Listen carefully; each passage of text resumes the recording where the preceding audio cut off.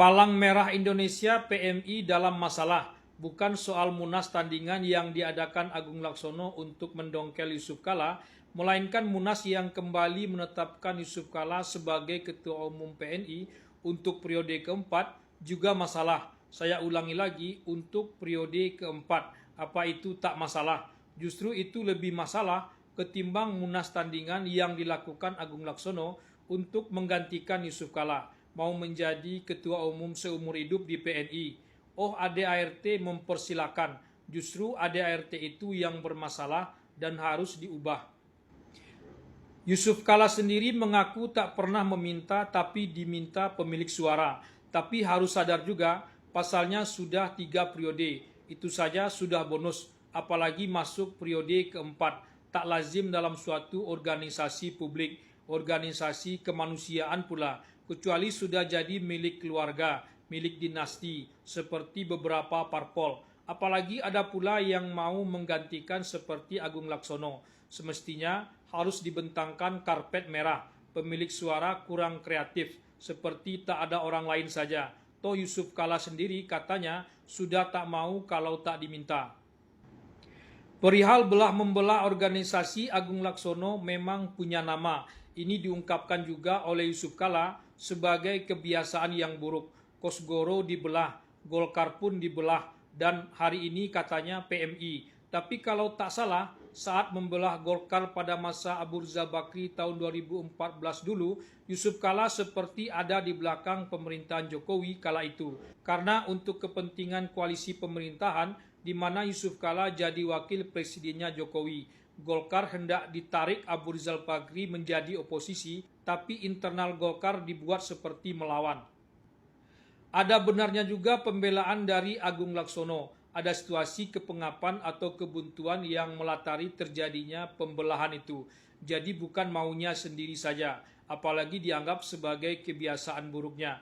Ada orang lain juga di belakangnya, bahkan orang yang punya kuasa, mungkin juga punya modal. Ia hanya orang yang kebetulan didorong ke depan.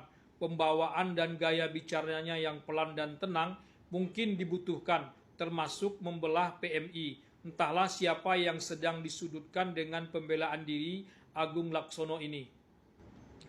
Baik Yusuf Kalla maupun Agung Laksono sebetulnya sudah tak muda lagi. Yusuf Kalla bulan Mei nanti sudah 83 tahun, sementara Agung Laksono bulan Maret nanti sudah 76 tahun. Apakah tak bisa pemilik suara PMI mencari sosok yang agak lebih muda seperti Jokowi misalnya? Dengan segala pengalamannya, rasanya Jokowi juga bisa. Dan mumpung Jokowi belum lagi berpartai, apakah sosok ketua umum PNI ini harus berasal dari Partai Golkar? Apakah PMI sudah seperti underbow partai, seperti dulu KNPI termasuk juga Kadin? PMI ini memiliki sejarah panjang, sepanjang Republik ini berdiri, bahkan sudah dibentuk sejak pemerintahan kolonial Hindia Belanda tahun 1873. Inilah organisasi kemanusiaan yang menginternasional. Jadi tak bisa main-main soal perebutan ketua umum atau ketua umum yang sudah menjabat selama 4 periode. Jangan PMI pula yang dipolitisasi. Ini pernyataan yang benar. Tapi selama sosok yang menjabat adalah para politisi, maka tak bisa terhindarkan secara sembunyi-sembunyi maupun terang-terangan hawa politiknya akan tercium juga. Ingat dukungan Yusuf Kalla terhadap Anies Baswedan pada Pilpres lalu. Yusuf Kalla sampai tega betul secara terbuka menyudutkan karakter seorang Prabowo. Kalau politisi papan tengah, apalagi bawah, tak masalah. Ini seorang Yusuf Kalla. Memang posisi-posisi seperti Ketua Umum PNI, termasuk juga DMI, Dewan Masjid Indonesia, tak bisa dan tak boleh dijadikan batu loncatan buat karir politik. Maka sudah tepat yang menjabat orang yang dianggap sudah purna tugas. Tapi jika posisi itu dijadikan tempat endorser buat capres misalnya seperti kemarin, itu juga tak elok. Sebagai salah seorang sukarelawan PNI bagian donor darah, saya turut prihatin dengan apa yang dialami PNI saat ini. PMI harus lebih terbuka ke publik. Ketua umum yang menjabat sampai 4 periode itu sungguh tak layak.